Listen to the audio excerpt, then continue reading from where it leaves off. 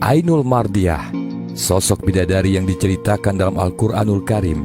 Bidadari ini sangat indah Allah ciptakan untuk hamba-hambanya yang saleh, senantiasa berbuat kebaikan untuk memasuki surganya. Seperti yang diceritakan bahwa bidadari-bidadari surga ini terlalu merindukan suaminya di dunia dan ingin melihat suaminya di dunia, namun tidak diberikan izin oleh malaikat penjaga surga. Suatu hari mereka meminta izin dari Allah untuk ke bumi, untuk melihat suami mereka dan telah diizinkan.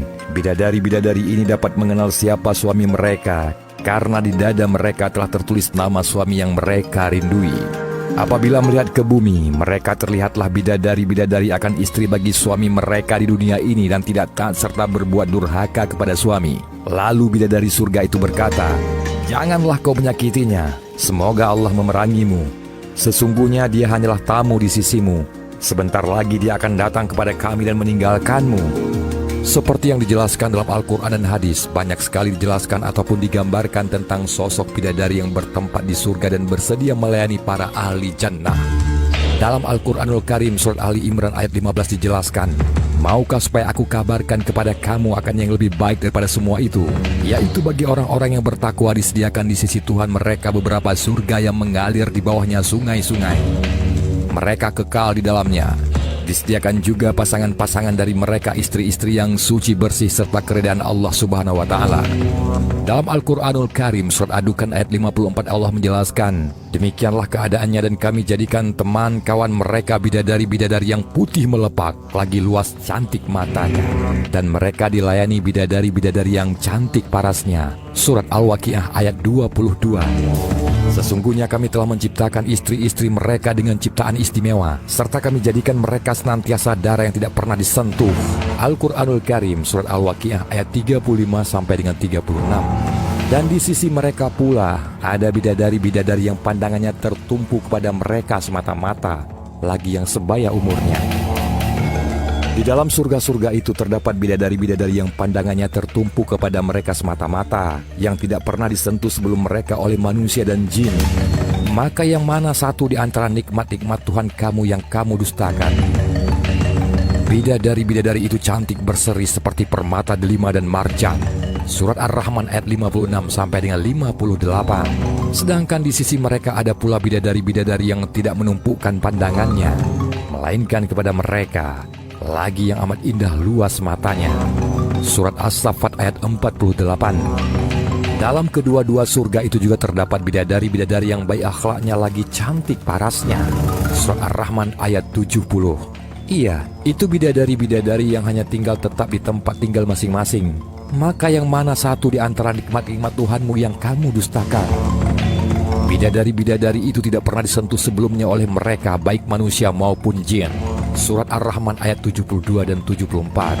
Sebagaimana Rasulullah SAW bersabda, "Jika salah seorang bidadari menampakkan wajahnya, niscaya akan menerangi antara langit dan bumi." Dari Abu Hurairah radhiyallahu an, Rasulullah SAW bersabda, "Allah Azza wa Jalla berfirman, Aku siapkan bagi hamba-hambaku yang soleh sesuatu yang tidak pernah dilihat oleh mata, tidak pernah didengar oleh telinga, dan tidak pernah terlintas oleh pikiran mereka." Hadis riwayat Bukhari dan Muslim. Malik radhiyallahu an, Rasulullah SAW bersabda, "Jibril mengatakan kepadaku bahwa ketika orang mukmin masuk surga akan disambut oleh bidadari-bidadari dengan pelukan hangat dan erat. Dengan jari dan telapak tangan manakah akan dibandingkan kelembutan dan keindahannya? Kalau lambainya saja akan memadamkan sinar matahari dan bulan." Hadis riwayat Tabrani.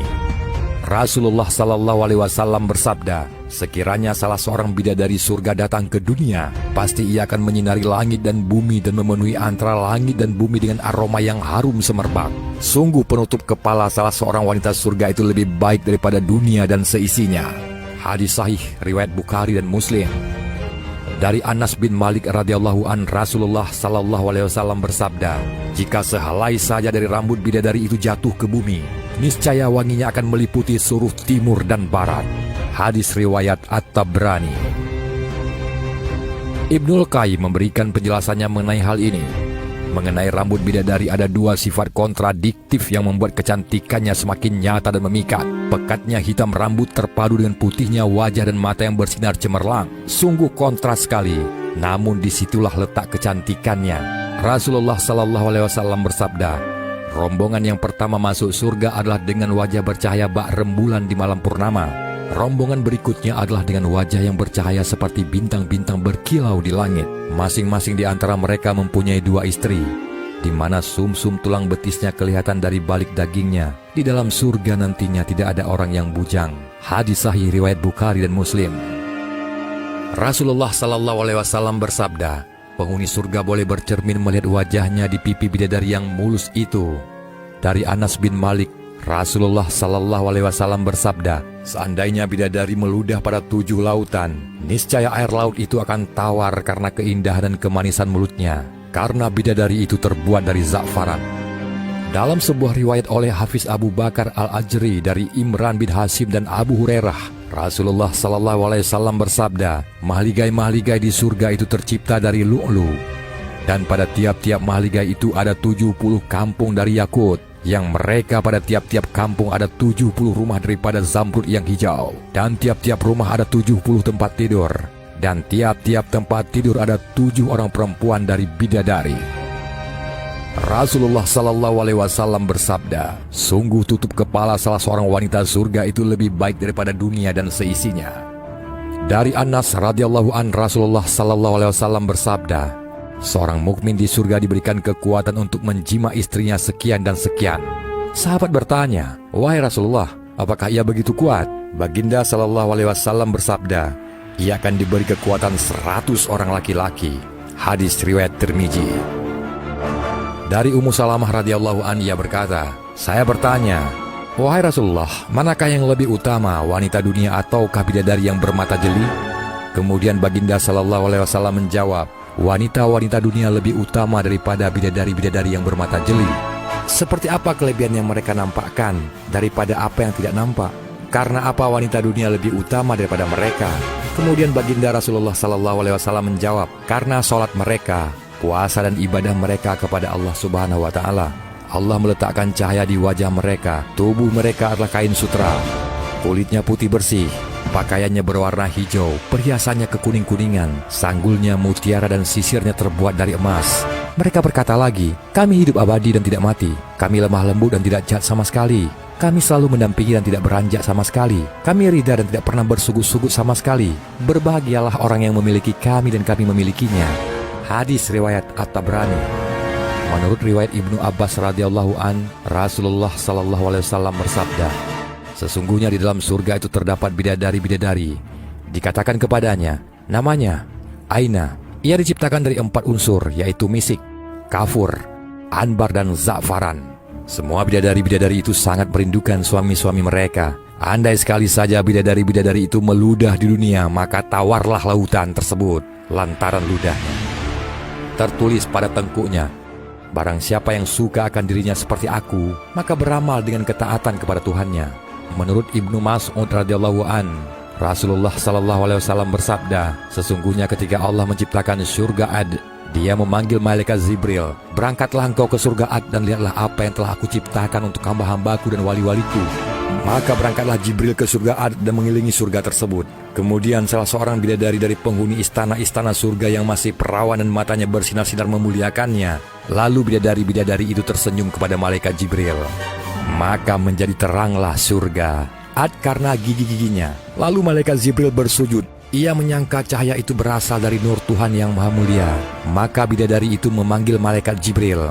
Wahai makhluk yang dipercayai oleh Allah Subhanahu wa Ta'ala, tahukah engkau untuk siapa aku diciptakan? Ucap bidadari jelita itu. Tidak, jawab malaikat Jibril. Sesungguhnya aku ini diciptakan oleh Allah Subhanahu wa Ta'ala untuk orang yang memilih ridha Allah Subhanahu wa Ta'ala daripada menurut hawa nafsunya mereka. Ungkap bidadari itu.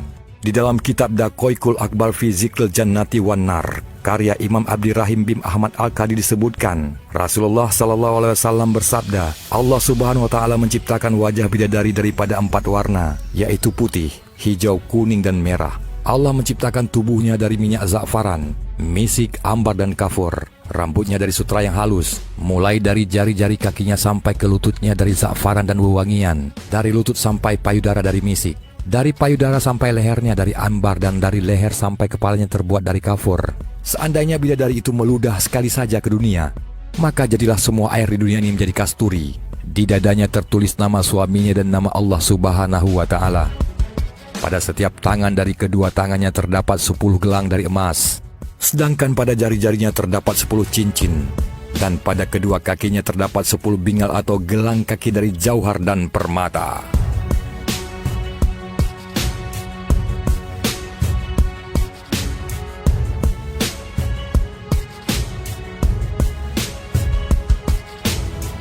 في القلب مشاعر أخفيها قد أشرقت الشمس عليها عن خطط لم أعبأ فيها ستكون بأيامي فرقا فحياتي قبل الحلقات